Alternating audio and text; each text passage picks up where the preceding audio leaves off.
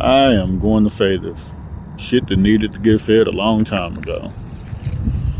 If you're a man, you're making less than $50,000 a year in America, you can't afford to live by yourself. That's it. That's facts. I could end the fucking video right here because, that's what so many other people do. They actually turn around and say, go and contribute to the super chat, or to the Patreon, or whatever. I don't have any of that shit. I don't even fucking care. I don't really knock the hustle of the people that do, however, even though that last part just sounded like it. I just find that if I'm gonna tell you something, I should at least fucking explain how you should be able to do it, or give you a fucking blueprint. So, here's your blueprint. Excuse me. First things first. You need to sit down and write out all the debts that you have. Maybe you and the friend do the exact same thing. Because here's the next part of the solution. You're gonna need a fucking roommate. Give you a case by case example. Well, I just use my own instance. I don't have a roommate. I'm just actually telling y'all how to avoid the shit that I'm having to go through and many other people having to go through because of fucking stupid, stubborn, and old school. These days, you have to be more concerned with victory than posturing, preening, and pontificating. You don't really have the time to pretend like you look good whenever you don't. So, that being said, let's say, for example, you pay $1,000 in rent. I know many of you pay a lot more than that. That's okay. Many of you pay probably less. I don't know how, but fuck it. It is what it is. Luck of the draw. That being said, this is how you handle this. You about to sit down, you write down your immediate debts. Not, I got student loans to pay, fuck that shit.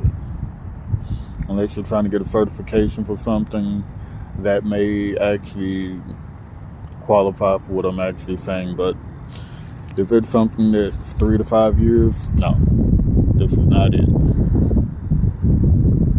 Let's say you have like car troubles. Car keeps fucking up. You don't have enough money to get it fully fixed. Roommate has the same issue, but their car works a little bit better than yours, or a future roommate, I should say. What you're doing right now is called financial triage. Because when I say get a roommate, here's the other catch-22 and stipulation. I probably should organize this better, but fuck it, I got a migraine. Shoot me. First thing that you should actually do, look for an apartment. Something where between the average of both of you from how much you were paying before, you should be paying about 30% less at the minimum. So let's say if you were paying $1,000 for a 1-bedroom, y'all find a 2-bedroom for about $1,200. Now you're each paying $600. You're 40% less. Now you have an extra $400 to actually continue on with the next part of the plan. Of course, you actually split the rest of the utilities. One person has a bill in their name, you have another bill tied in your name, back and forth. That way, one person's credit isn't going to be screwed up entirely while the other person gets off scot-free in case they want to pull some bitch shit. Which now we get to that part. If you're gonna pull some bitch shit, this plan is not for you. If you're a fucking scammer, this plan is not for you. Because if you get shot, I'm gonna laugh. You get your ass beat, I'm going to laugh. Very old school, very cynical, and very direct and to the fucking point. This is for people who really want to build. Now, we have all that established. your rent, your utilities, all that fun, happy shit. The first 3 to 6 months, this is what you're doing. You're not saving money. All the extra money that you have, all the other money you wouldn't have spent and everything else, it goes into financial triage, which means you're not going to be going out trying to splurge and buy new games and shit, buy new clothes, buy Jordans. Fuck that shit. Financial triage. Your living space is one thing. Your mobility is another. Thank you, Crimson Cure, for talking about the 10 life values. Mobility is actually one of them, if I'm not mistaken. But let's continue on. You both put in to get one person's car fixed from front bumper to tailpipe. The other person, once that car is fixed, get that one out the shop, put in on the other car. From front bumper to tailpipe, same fucking thing. Whatever you got, like shit in the pawn shop, credit cards for whatever you're trying to pay off, you both are paying in on this shit to try to get each other on solid foundation. That way one person can't say, well, you did this or I did that, or you didn't do as much as I did. Motherfucker, you both did the equal work. The point was to get each other out of debt and to start building upward. Okay. Now here's where it gets more fun. After you two have taken care of the financial triage, like I said, first 3 to 6 months, you're now making a 3 or 5 year plan. You're going to be stuck with this motherfucker for a while. 3 to 5 years. The reason why I'm saying that, if you go longer, you go longer. But I'm giving you a bare minimum tactic. 3 to 5 years. Your goal every month is to invest $300 somewhere in the stock market, whether it's ETFs, whether you actually have some sort of skill with day trading, or my personal favorite, dividends. I don't have to think about it. I put the money in. After it accumulates for so long, they pay me. But ETFs and bonds and other things are also good too.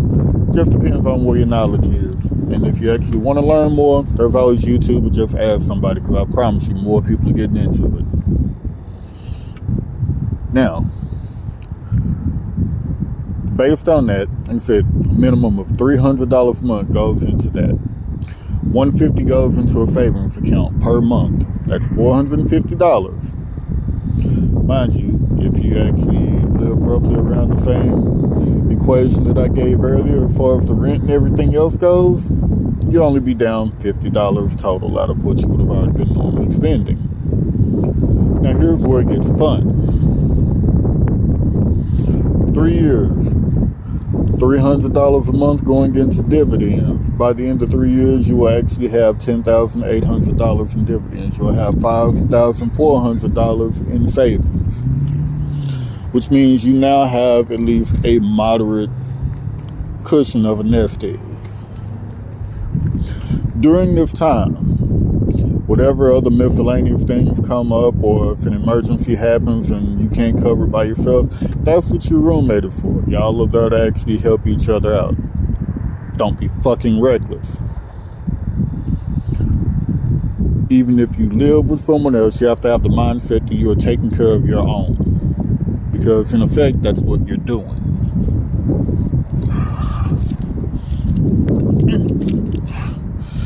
Alright.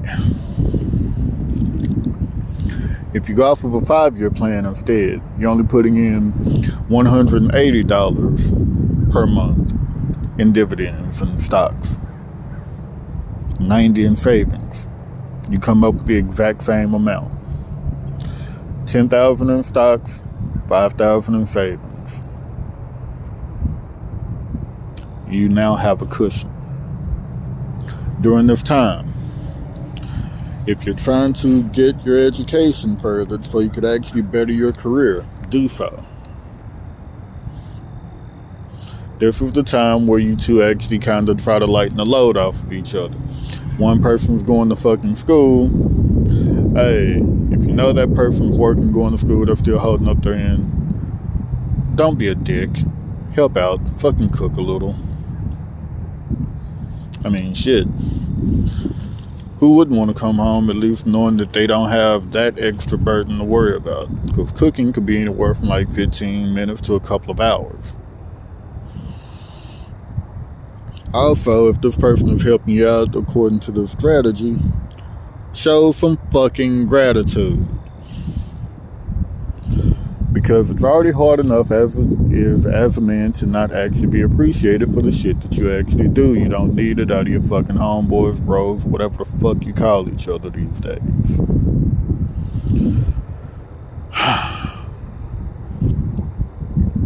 Like I said, this is the first part of this nice little financial recuperating mini-series. I got several other parts. But for now, this is what's important. The key takeaways. Humble yourself, find a roommate. Fucking get ready to ignore a lot of haters, because you're going to have people saying shit, especially women. That's why you broke. Y'all must be gay. You must be this. You must be... Shut the fuck up. Your finances shouldn't matter to them unless they had a vested interest in trying to get them out of you. So no. Also, we're going to look at different things as far as adjustments for child support. That's going to be in the next video.